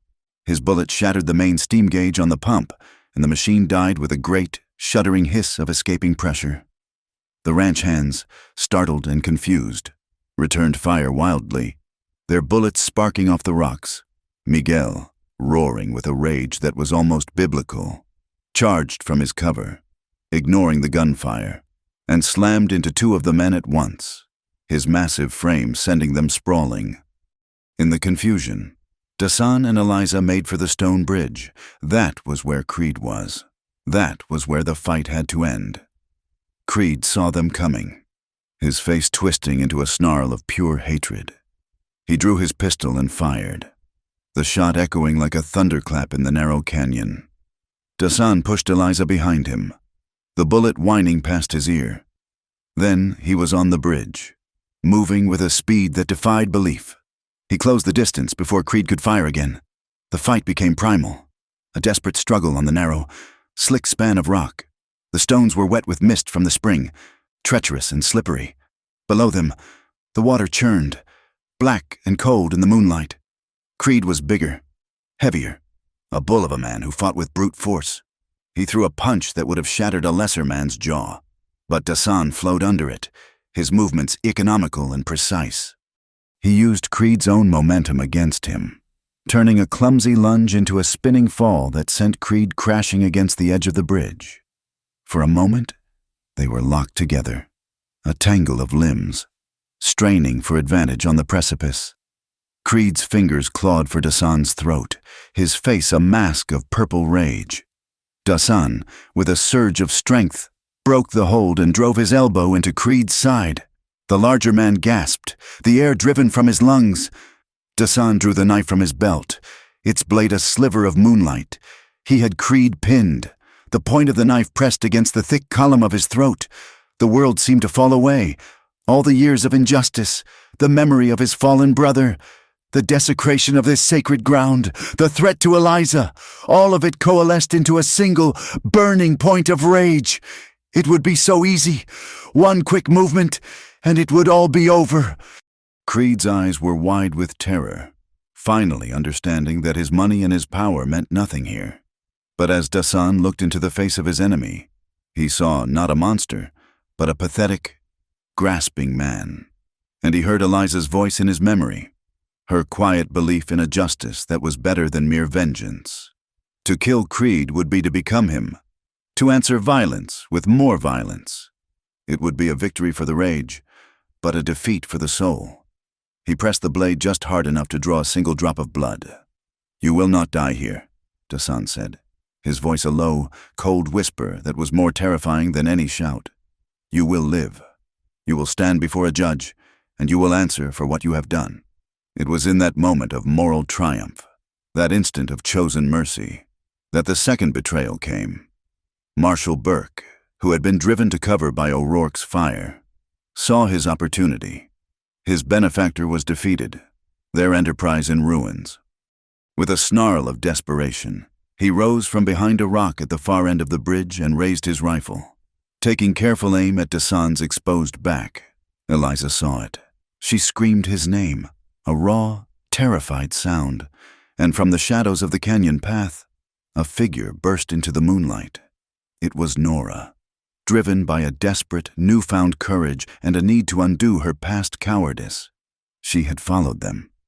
She saw Burke, saw the rifle, saw her sister standing just a few feet from Dasan. She did not hesitate.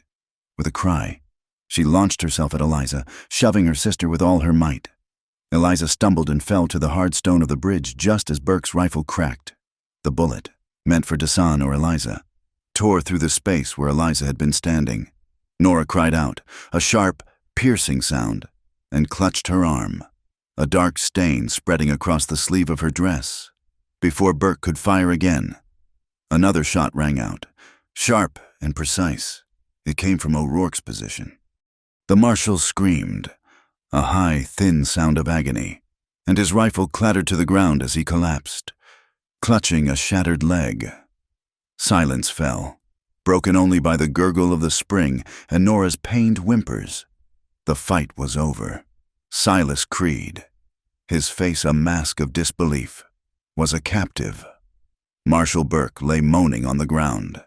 His reign of terror ended by a single, well-aimed bullet. Eliza rushed to Nora, tearing at her sleeve to examine the wound. It was a deep, bloody graze, painful but not life-threatening. Nora, her face pale but her eyes clear and resolute, had paid the price for her fear and, in doing so, had found her courage. Dasan stood, his knife still in his hand, looking not at his defeated enemies, but at the two sisters huddled together on the bridge. He had won the physical battle through discipline, but the true victory, the preservation of life, had been won by a young woman's desperate act of love. He looked at the quiet, life-giving water of the spring, now safe, and knew that true strength was not about the power to destroy, but the will to protect. The bell of the makeshift court in San Vicente rang with a solemn, final authority, a sound that cut through the morning air and seemed to wash the dust from it. The proceedings were held in the open, on the steps of the land office, as if to let the vast, impartial sky bear witness. Judge Harlan Pritchard presided, his face an unreadable mask of granite. Before him stood the architects of Coyote Draw's suffering Silas Creed, his expensive suit now rumpled and stained, his arrogance curdled into a tight, venomous fury, and Marshal Burke, his leg crudely splinted, his face pale and slick with the sweat of pain and fear. They were not prisoners in chains, not yet, but the presence of two armed federal marshals standing behind them made their status clear. The townspeople of Coyote Draw and the curious onlookers from the market gathered, their mood a mixture of awe and nervous anticipation. They had witnessed the chaotic beginning of this affair, and now they had come to see its end. The first witness to be called was Private O'Rourke, leaning on his crutch. He calmly and methodically detailed his employment by Silas Creed, the purpose of the secret railroad spur, and the fraudulent use of Army supply chains to build it.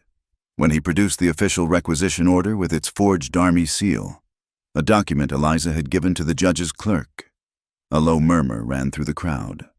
This was not a local squabble over water rights anymore. This was a crime against the United States government. Then came Nora Mayfield. Her arm was bandaged and held in a sling. a visible testament to the violence of the preceding night. She walked with a new, quiet confidence, her fear burned away and replaced by a cold, hard resolve. She did not look at her sister, but at Marshal Burke, the man she had served and feared. In a clear, unwavering voice, she described her time as his clerk and presented the letters she had taken from his safe.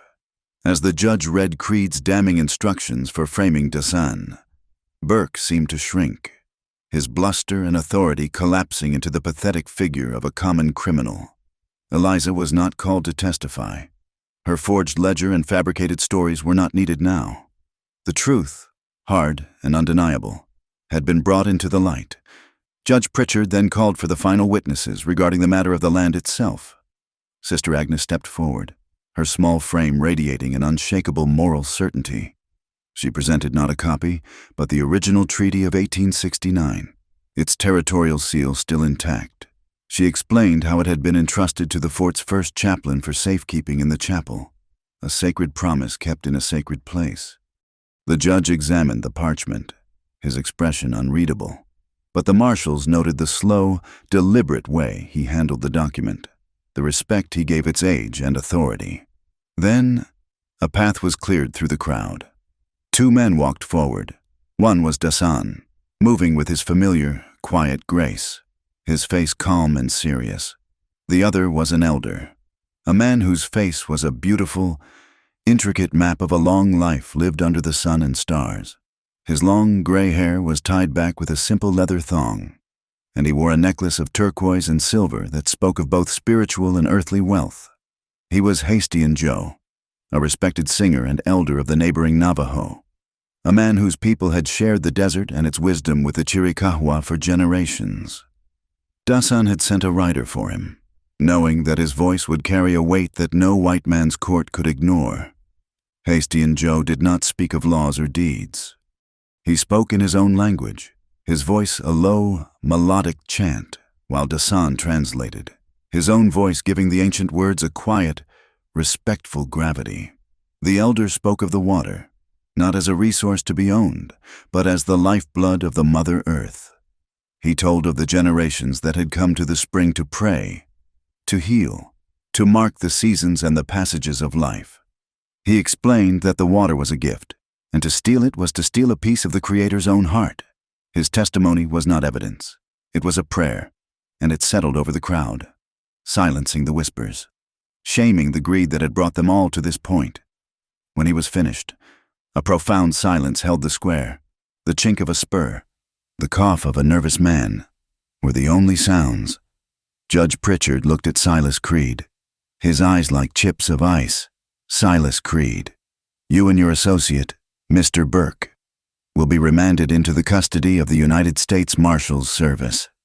You will be transported to the territorial capital to stand trial for fraud against the federal government, conspiracy, incitement to violence, and attempted murder.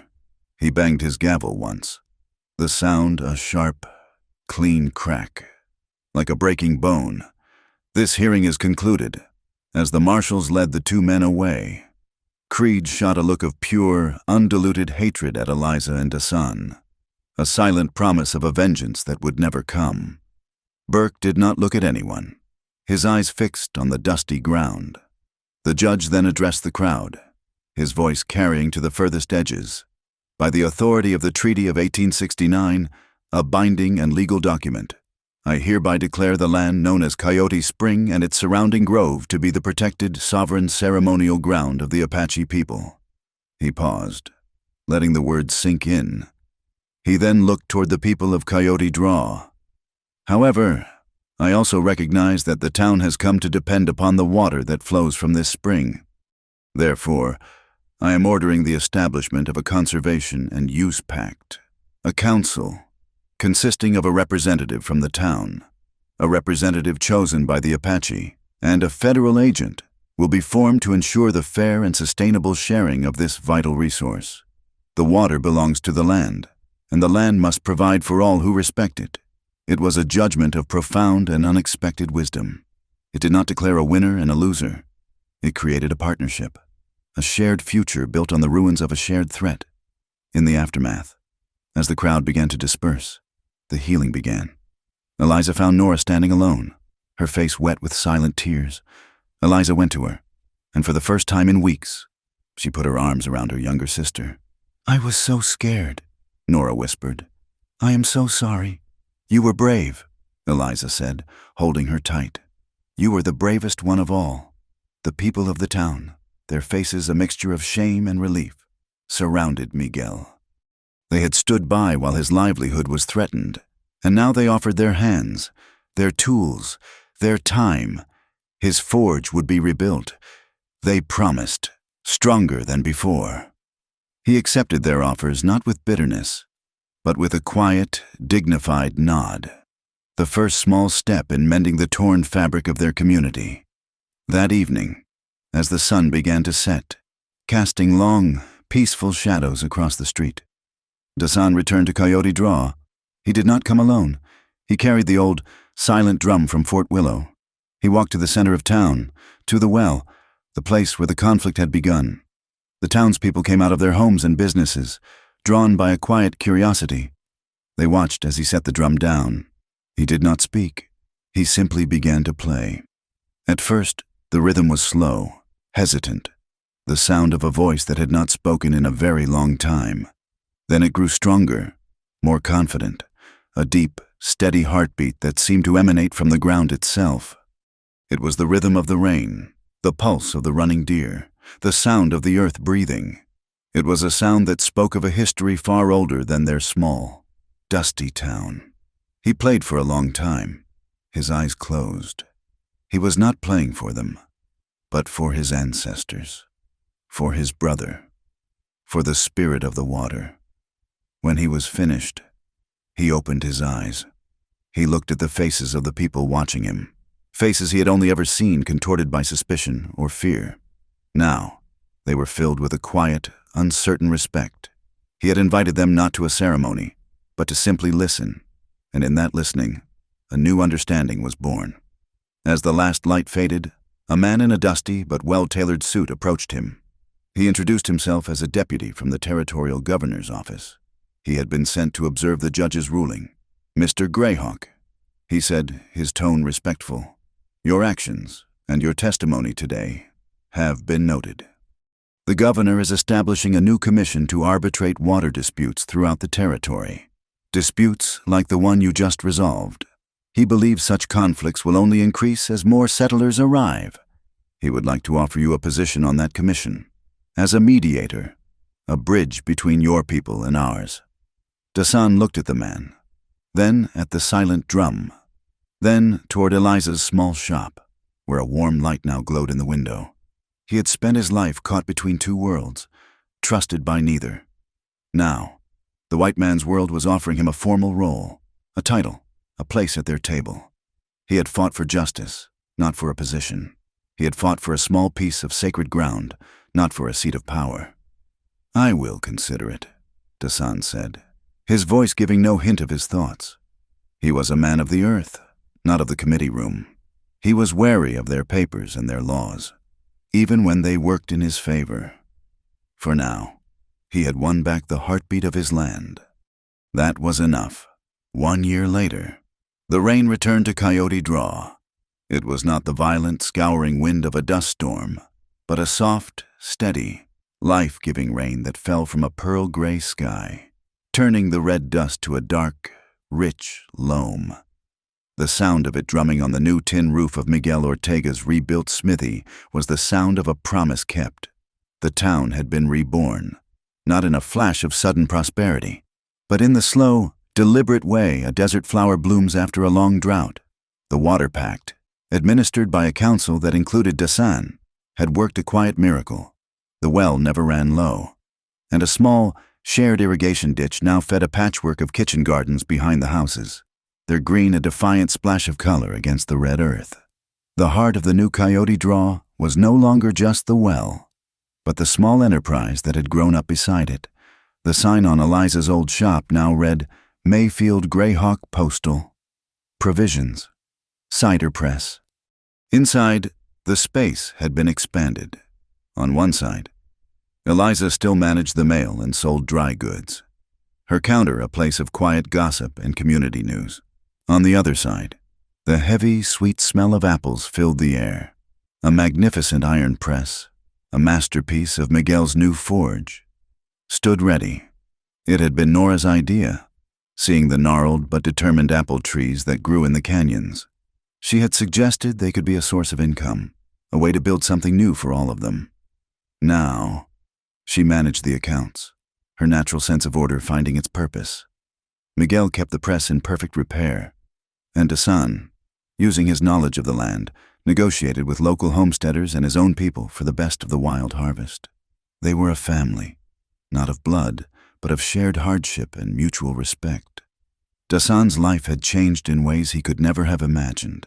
He had, after much deliberation, accepted the governor's offer to serve as a mediator.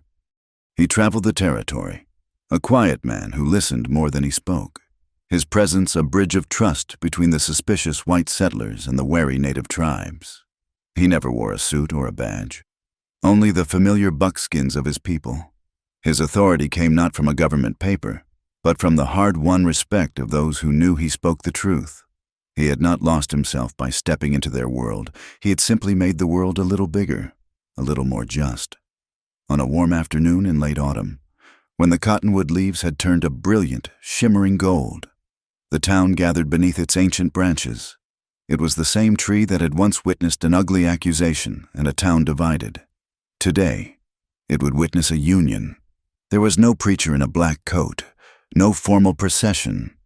Sister Agnes stood before them, her weathered face alight with a rare, gentle smile. Hasty and Joe sat nearby, a silent, honored guest. Eliza wore a simple blue dress, the color of the desert sky at dusk. Dasan wore a clean buckskin shirt, adorned with a single strand of turquoise. They did not exchange rings. They exchanged vows, their words as simple and as strong as the land they stood upon. "I will walk beside you," Eliza said, her voice clear and steady as she looked into his eyes. "Your path will be your own, but you will never have to walk it alone. This home is your sanctuary, not your cage." Dasan took her hands in his. His were calloused and strong, hers were slender but just as capable. "I will build with you, but I will not own you," he said, his voice a low, steady rumble. "I will guard your peace, but I will not command your spirit. We are two free people who choose to make one life."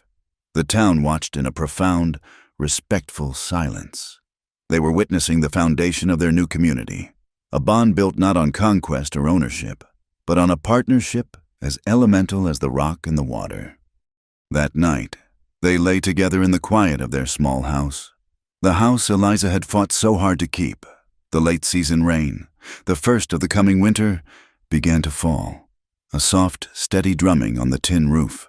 It was a sound of peace, of cleansing, of life. She traced the line of a long-healed scar on his shoulder. "Are you happy?" she whispered into the warm darkness. He turned, gathering her closer, the scent of sage and rain in his hair. "Happiness is a visitor," he said, his voice thoughtful. "It comes and it goes. This is different." He put his hand over her heart. "This is home." They lay in silence for a long time after that, listening to the music of the rain on the roof. The desert outside was vast and unforgiving, and the world of men was full of greed and strife. But in here, under this roof, was a small, quiet space where two people who had found each other in the midst of a storm could be at peace. The justice they had won was not an end, but a beginning. It was the kind of justice that did not create new kings or new victims, but simply cleared the ground, allowing for the slow, miraculous, and determined growth of something good. The rain fell, washing the dust from the world, and in the small house in the heart of Coyote Draw, a new life, built on courage, love, and respect, had finally, truly, begun. Thank you for listening to our story. Please comment where you are listening from so we can all connect and share our thoughts. And do not forget to subscribe to our channel Wild West Tales, like the video, and support us further by pressing the hype button so this story can be heard by more people.